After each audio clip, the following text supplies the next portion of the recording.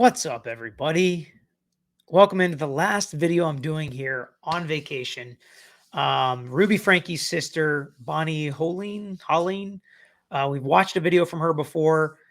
She came out with another video with more to say, and it's interesting because it's starting to seem like things are lining up for Ruby Franke to point the finger at Jody Hildebrandt. A lot of people thought Chad Daybell and Lori Daybell would do this to each other. They never actually did. A little bit by Lori Vallow's attorneys at the end of the case, but she didn't want to. And some people said she got mad about that. Will that happen with Jody and Ruby? How deep is their bond? Will they have a joint defense agreement, or will they start pointing the finger? And that's some interesting stuff about what Bonnie has to say in this video. So we're going to watch that and see what else we can pull as far as the case is going, what's going on, updates about the family, things like that. But yes, she is speaking out again. I'm sure some of you are not going to be surprised about that. Let me know what you think about that in the comments. Hit the like button as well. Let's jump into her latest video. A load of laundry going, and this is the first load of laundry that I am running. We just got our water hooked up late last night, and so it's been actually really scary turning things on, letting the water flow, because I'm very paranoid about water. And we just, as you guys saw a few videos ago, we were tiling where the washer and dryer was going to sit, and we got the washer and dryer in, and I just thought I would try a load out. And I'm sitting here because I'm worried that it's going to shake like crazy and bust out the tiles and water's going to explode everywhere, just like expecting the worst but hoping for the best. And so far it's very quiet. So far it's working. We'll see. And so I thought I would just sit here and answer this question because I thought it was a really good question. And I do need to preface, I want to just explain the state that my body is in. I made some stories this morning that obviously I got really emotional over. I haven't gone a single day without crying, I don't think. I did go a couple of days when we were camping. That felt really good. But no, I cried when I was camping too. But they're getting less frequent. My cry sessions are getting less frequent and less intense. But I'm sitting here just with my guts constantly feeling like, it's funny because I feel like I have to be so filtered in order to say what I'm thinking, but I have no one that I'm answering to. And so at first my few videos, the only thing that I was thinking was, if this sentence gets taken out and put in the media, what is that going? I was trying to make sure that each sentence wasn't going to be taken out of context, but I am now to a point where it's okay to say what I'm thinking because it is going to be taken out of context. So I did almost skip all of this and just get to like 4 minutes in, but because she said this, I was like, let's just leave it in. So we'll listen to this part together. We'll get through it. Things taken out of context. That's why I want to play the whole statement, all 17 minutes. Because I don't want to take things out of context, but there still is some useful information in this. And you just have to live with that. So I'm actually okay with that. But I'm living with this constant fear.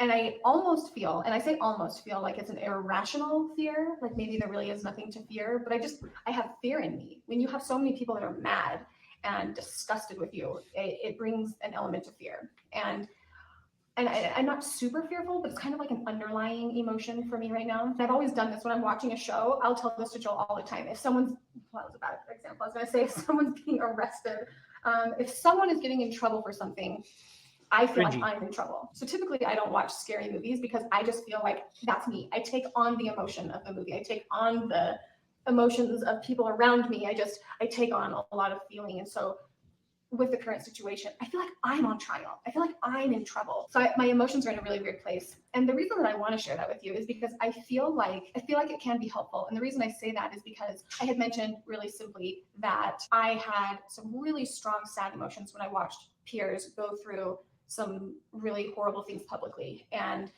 it really hurt me. And a lot of people told me, thank you for saying that, because it gave me permission to feel sad for you. Like they were feeling weird or awkward about feeling bad. And it's not weird at all. It's very compassionate. And so I have just decided that I just want to say what I'm thinking, say what I'm feeling. And there's a lot that I have to say. And I've just been really mindful and thoughtful when and how I want to say it. But there's a lot. There's a lot.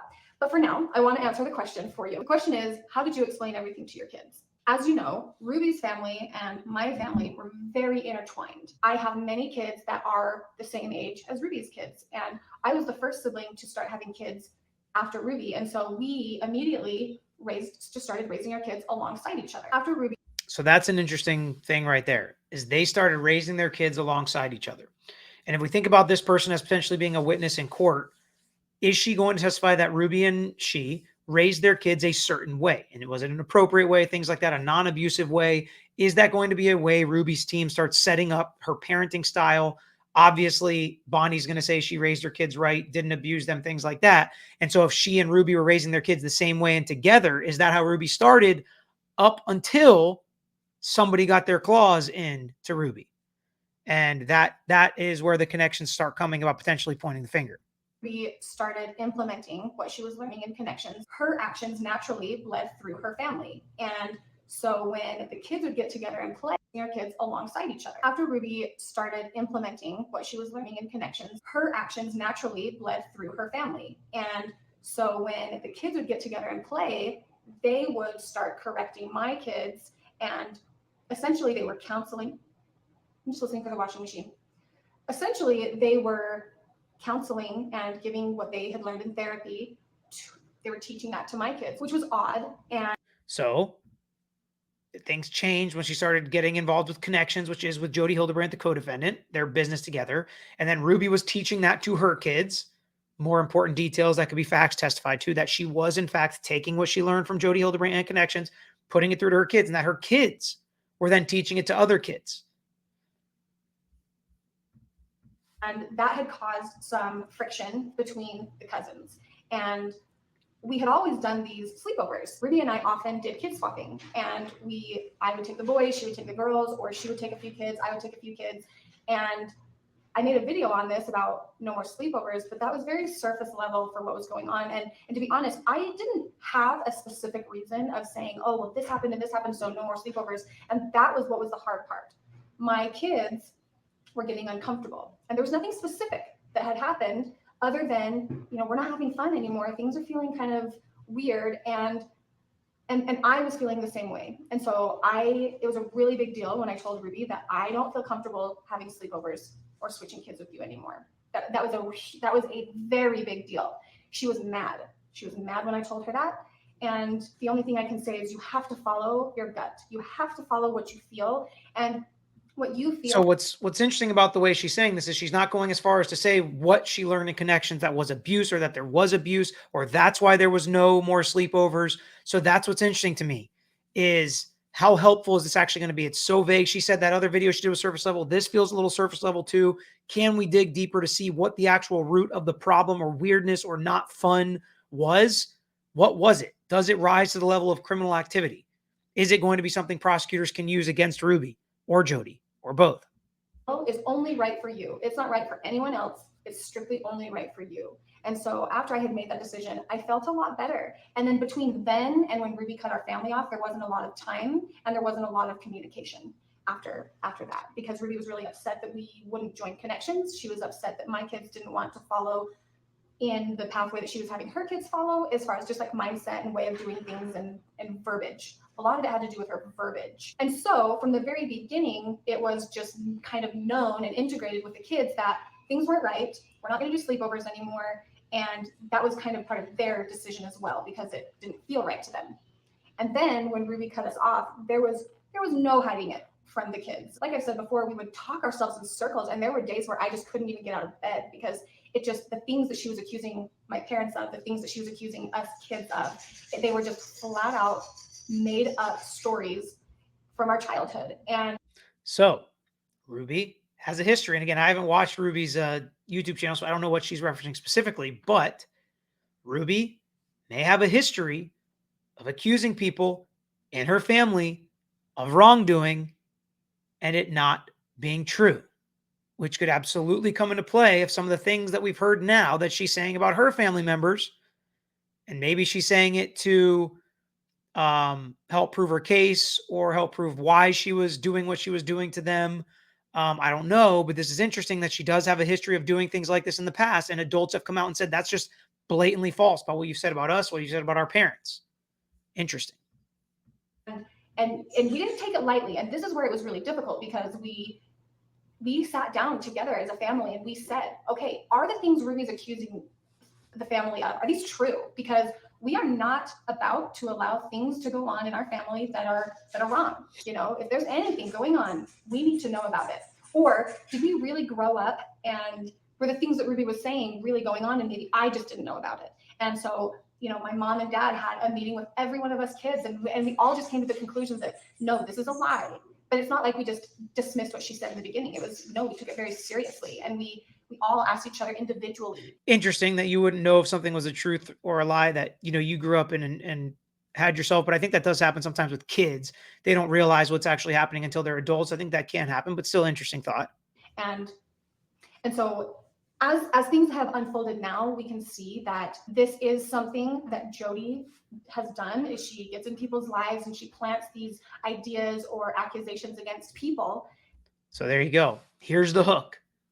As we can see now, this is what Jody does. She gets her hooks in people. She plants ideas in their head. She plants accusations in their head that they can use against people in their family. These accusations are starting to line up about what everybody's saying about Jody and some of her other victims that we've talked about as well. When that is just not true. And so we really came to the conclusion that the things she's saying are untrue. We don't know why she's saying this. We don't know what her end goal is. In the beginning, I just thought, well, she's making things up so that she has something to discuss in therapy, is honestly what I thought. So for how distraught I was and for how debilitating it made us when Ruby cut us off, and that sounds very basic and I won't go into all the details, but it was the things that she was accusing all of us of were just abhorrent, but also comical at how untrue they were. Comical at how untrue they were, but you guys had to sit around and discuss whether or not they were untrue. Is interesting to me. But another indication, right? So these things happen with Jody. She gets her claws in them, plants these ideas in her head. Then Ruby cuts them off. Isolating Ruby, having Ruby right where she wants her, basically, according, again, in line with what some other people have said. So if this is all evidence that can be used against Jody Hildebrand, potentially could be mitigating for Ruby. But again, interesting how it all seems to be lining up. Now it's interesting that maybe this sister has seen some of the other stuff and it's lining up all too easily. Maybe, I don't know. But it is interesting to me when we do have common themes and these kinds of accusations and actions. And so, you can't hide when you're used to meeting with the family so often. And, Christmas was around the corner. Thanksgiving was around the corner.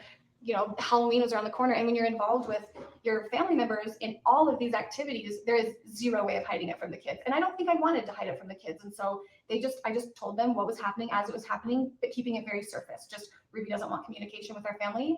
We're not allowed to talk with our cousins anymore. And that was very difficult on my kids. My kids cried. They cried often. And they wanted to write letters, but we weren't allowed to write letters. They wanted to send packages. We weren't allowed to send packages. And so it was a loss for my children. And so that took a lot of time to come to terms with. And years later, that sounds so wild to say, but years later, they still bring it up. And, when are we going to get to see them? When do we get to know them again? And I had just let them know so that they had some sort of expectation. I just said, when you're 18, you'll be able to reach out and you'll be able to see if you can form a relationship then.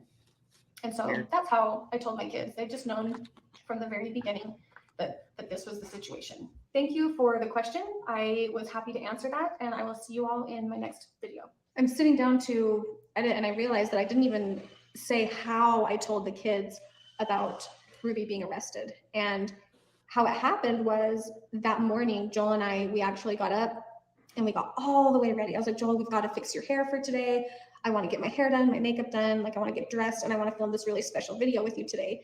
And so I didn't watch this ending part. I don't think we need it for context. So I'm just going to end it there because I really wanted to just talk about the connection with Jody, how it could affect the case. And that seems to be a common theme, right? Jody changes everything, brainwashes people, basically plants stuff in their head. They make false accusations against family members, which helps the isolation, the cutting off, the breaking point to where they're now all invested in Jody and now she can control them. And this is yet another person saying that potentially happened to Ruby Franke. So let me know what you think in the comments. Let me know if you think that absolves her of any criminal action. I highly doubt it's going to be that, but let me know if you think it's a mitigating or lessening circumstance that makes you feel like Ruby might also be a victim in all of this of Jody. I'm interested to hear what you guys have to say as always. Don't forget to hit that like button and make sure you subscribe and hit that bell so that you don't miss any case updates for this case or any of the other cases that you may be interested in. Thanks for watching another episode of The Lawyer You Know. If you enjoyed this episode, please hit the thumbs up and share with your friends who might be interested here on YouTube. And of course, don't forget to subscribe to our channel. You can also follow us on all social media, Twitter, Facebook, TikTok, at Lawyer You Know. But on Instagram, we are still at Tragos Law. So look us up on there. And don't forget to listen to the Lawyer You Know podcast, available on all major podcast platforms. If you have a case you want to talk to us about, if it's a personal injury case, wrongful death, catastrophic injury, car accident, or slip and fall case, please email us lawyeryouknow@gmail.com. Of course, all of these links I just mentioned are included in the description below on this episode and every episode. So until next time, this is Peter Tragos, the Lawyer You Know.